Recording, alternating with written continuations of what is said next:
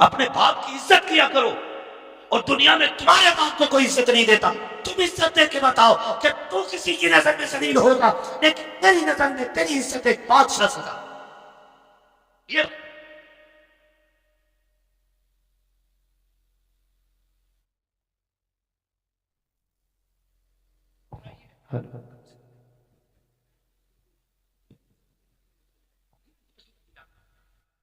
اب تو نوجوان میرے سامنے بیٹھے, اللہ کرے ہر نوجوان اپنے باپ کی عزت کرنے لگ جائے, باپ کی عزت کرنے لگ جائے. ہم تو یہ سوچتے ہیں نا جو بھی کمایا وہ ہمارا ہے, ہمارے باپ کا کچھ نہیں ہے. نہیں, خیال کرو یار, خیال کرو. ایک باپ کی زندگی اپنی اولاد کے لیے پوری صرف کر دیتا ہے باپ. میں عرض کر رہا تھا, اللہ کا خلیل بیٹے کو چھوڑ بیٹے کو چھوڑتے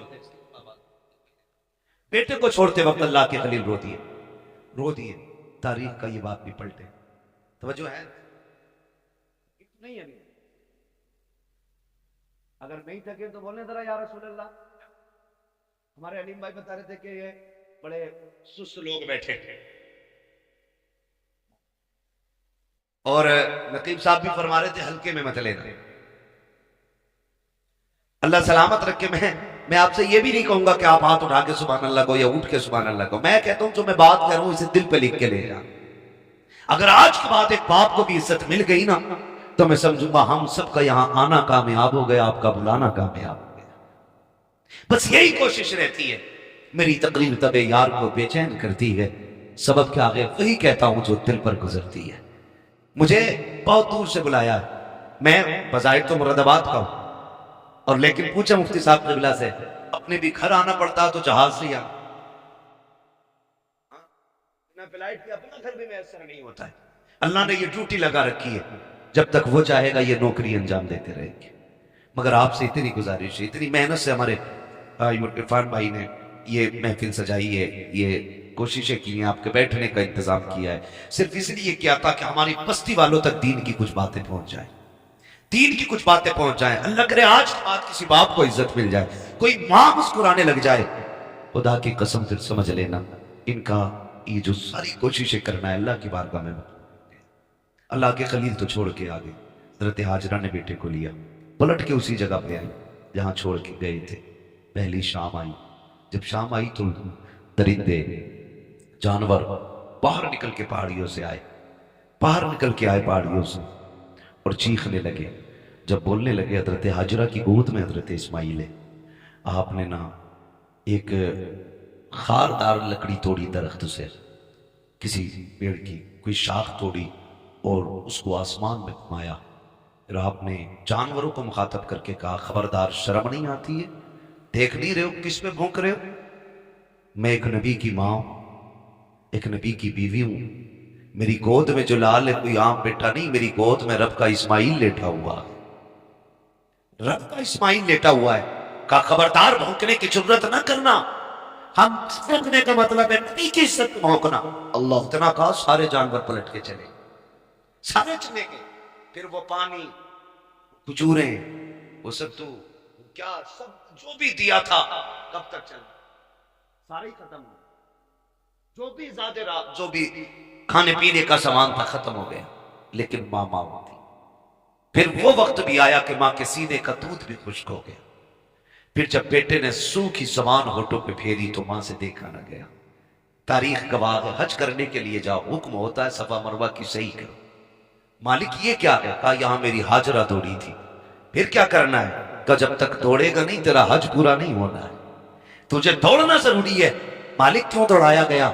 کہ جب یہاں آ کے تم دوڑو گے نا تو تمہیں ماں اور بیٹے کی محبت کا احساس ہو جائے گا. ایک ماں نے بیٹے کی محبت میں کتنے چکر لگائے ہیں, 7 چکر لگائے. ماں تو ماں ہوتی ہے. بیٹے کو لٹایا زمین پہ, آپ نے ایک پتھر ادھر سے رکھا, ایک ادھر سے رکھا, ایک پتھر اوپر سے رکھا, 3 پتھروں سے بیٹے کا تھوڑا سا دھوپ کا سایہ کیا. اس کے بعد لگائی ہے پانی کی تلاش میں. آپ توڑ کر کے پہاڑ کے سرے پہ چڑھی ہے, چاروں طرف کا پانی نظر نہیں آیا. پھر خیال آیا میرے بیٹے بیٹے کو کوئی جانور نہ لے جائے، پھر پلٹ کے واپس آئی ہے، پھر بیٹے کی خشکی دیتی ہے، پھر تھوڑا لگائی ہے۔ آسمان مخین نے یہاں تک لکھا ہے کہ 7ویں چکر پہ حضرت ہاجرہ گر جاتی ہیں۔ پر جب گری ہے ادھر حضرت اسماعیل نے ایڑیاں لگنی ہیں، ایڑیاں لگنی، رب نے فرمایا جبریل جی رب جلیل جلدی کر دوڑ کے جا کر کے میرے اسماعیل کی ایڑیوں کی جگہ سے چشمہ جاری کر دے۔ حضرت ہاجرہ نے خود کو سنبھالا اور دوڑ کر کے آئی، کیا دیکھتی ہے؟ بیٹے کے پیر پھر کے وہاں سے پانی کا چشمہ جاری ہو گیا ہے، کے لیے دنیاؤں کا چکر لگاتے ہو، پہنچاتے ہو، جس سے قرآن نبی تھی تم نے اس سے قرآن کی بھی، اگر تقدیر بگڑ لگی ہے، برکت رکھی ہو لگی ہے، جاتے ماں سے دعا لے لے، خدا کی قسم جس کی پہلے نہیں سنی جاتی کہ اس کی ماں کی چوکھٹ کو سن لی جاتی ہے۔ پیر نام رسالت مسلک اعلی حضرت مفتی حماد رضا مددوادی سوی اختر رنگری نعرہ تکبیر۔ مفتی صاحب فرما رہے ہیں یہ لوگ سن رہے ہیں، تو میں تو یہ سمجھتا ہوں کہ اگر دل حضور سے لگ جائے تو پھر محفلوں سے لوگ اٹھا نہیں کرتے۔ واہ واہ واہ، بہت ہاں، اور اگر محفل میں دل لگنے لگ جائے تو سمجھیں کہ حضور کی نظر کرم ہو گئی ہے، حضور کی نظر کرم ہو گئی ہے، حضور آپ کی طرف نظر کرم فرما چکے ہیں۔ بس میں آپ سے اتنی گزارش کروں گا، فرمایا گا یا ایھا الذین آمنوا ادخلوا فی السلم کافہ، اے ایمان والو پورے پورے اسلام میں داخل ہو جاؤ، پورے پورے داخل ہو جاؤ۔ اللہ توفیق دے، قربانی آ رہی ہے تو سارے لوگ کوشش کریں، قربانی کریں، جن پر واجب ہے کریں گے انشاءاللہ، جن پر واجب ہے کریں گے انشاءاللہ۔ امید ہے جتنے نوجوان بیٹھے ہیں جو بھی صاحب نصاب ہوں گے انشاءاللہ وہ قربانی ضرور کریں گے۔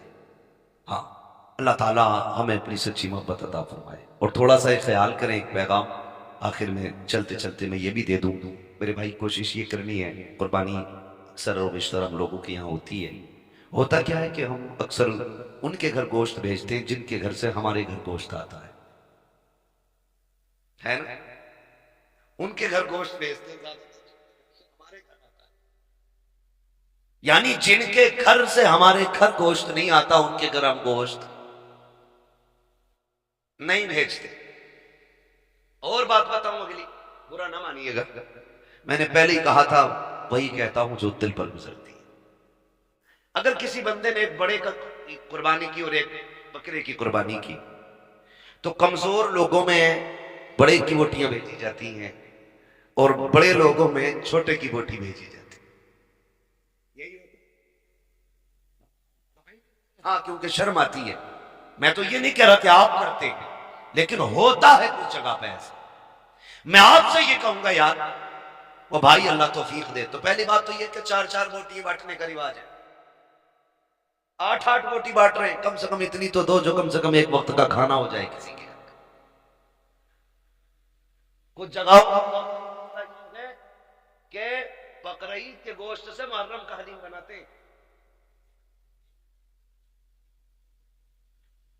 یہ کنڈیشن ہماری قوم کی۔ قربانی کے بعد ایسا فریج میں پیک کرتے ہیں کہ محرم کی 9 تاریخ کو ہی نکلتا۔ بڑے سنیچر لوگ ہیں بھائی، ڈاکٹر سے پوچھو تو گوشت جتنا باسی ہوتا جائے گا نا اتنی بیماریاں اس میں بڑھتی چلی جاتی ہیں، اور دہی جتنا باسی ہوتا جائے گا اتنا مفید ہوتا جائے گا۔ کئی بار تو کھا کھا کے لوگ بیمار ہو جاتے ہیں، میں تو کہتا ہوں قربانی کی برکت ہے، ورنہ لوگ مر جائیں گے اسے کھا کے۔ کتنا وقفہ رہ جاتا ہے قربانی سے محرم تک کا؟ 1 مہینہ نا، 30 تھوڑا تھوڑا نکال کے کھاتے رہتے ہیں۔ اللہ پہ بھروسہ رکھو یار، جو آج دے رہا ہے وہی آپ کو کل بھی دے گا، بولو دے گا کہ نہیں؟ اچھا، آپ نے دیکھا ہوگا کہ یہ جو پرندے اڑتے ہیں روز صبح صبح، شام کو جب آتے ہیں کچھ بچا کے لاتے ہیں یا خالی کھا کے آ جاتے؟ کیا کر کے آتے؟ بول سکتے ہیں تو بولے ذرا، اللہ مان دیے تو کھا کے آ جاتے ہیں نا، رکھ کے تو نہیں لاتے۔ اگلے دن پھر اڑتے ہیں، پھر کھا کے آتے ہیں، اور تعجب کی بات یہ ہے کہ بھوکے جاتے ہیں اور پیٹ بھر کے واپس آتے ہیں۔ ان کا تو کھیت ہے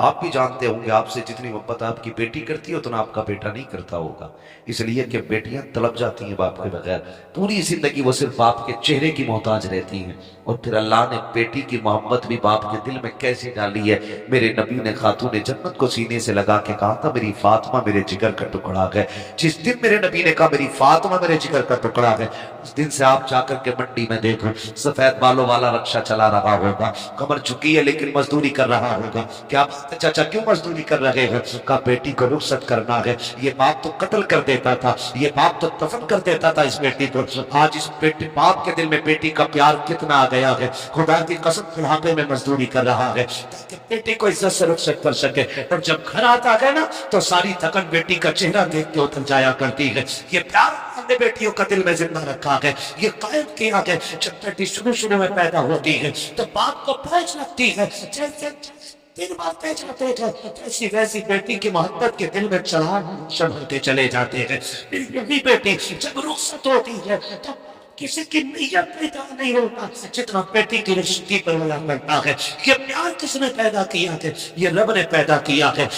بیٹا دے تب بھی خوشی مناؤ، بیٹی دے خوشی مناؤ، اس لیے کہ نعمت ہوتا ہے، بیٹیاں خدا کی نعمت ہوا ہوتی ہے۔